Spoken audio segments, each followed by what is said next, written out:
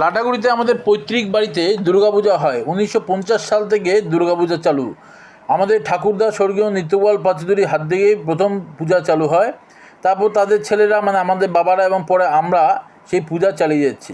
আগে কুচবিহার থেকে আসতো রমেশচন্দ্র পাল ঠাকুর বানাতে। রমেশ পাল মারা যাওয়ার পরে তার ছেলে দোলন পাল আসলো।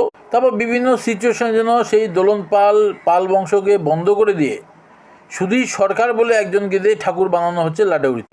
সুধীর দাও ঠাকুর বানাতে বানাতে এখন বুড়ো হয়ে গেছে। তো আমাদের দুর্গাপূজায় আমরা প্রতি বছর ষষ্ঠীতে যাই এবং একাদশীর দিন ফিরি। এবছরও তাই যাব। এবছর ইচ্ছা আছে আমার বাড়ির প্রাচীরটা সুন্দর করে চেন লাইট দিয়ে মুড়িয়ে দিব। যাওয়ার সময় আসার সময় আমার দুটো গাড়ি যায়, দুটো গাড়ির দুটো ড্রাইভার যাবে সাথে, ওদেরকে দিয়ে লাইটগুলো লাগাবো, ওদেরকে দিয়ে লাইটগুলো খোলাবো। এখন দেখার বান্দর বাবাজি সেই লাইটগুলো ঠিক রাখে না ভেঙে ফেলে।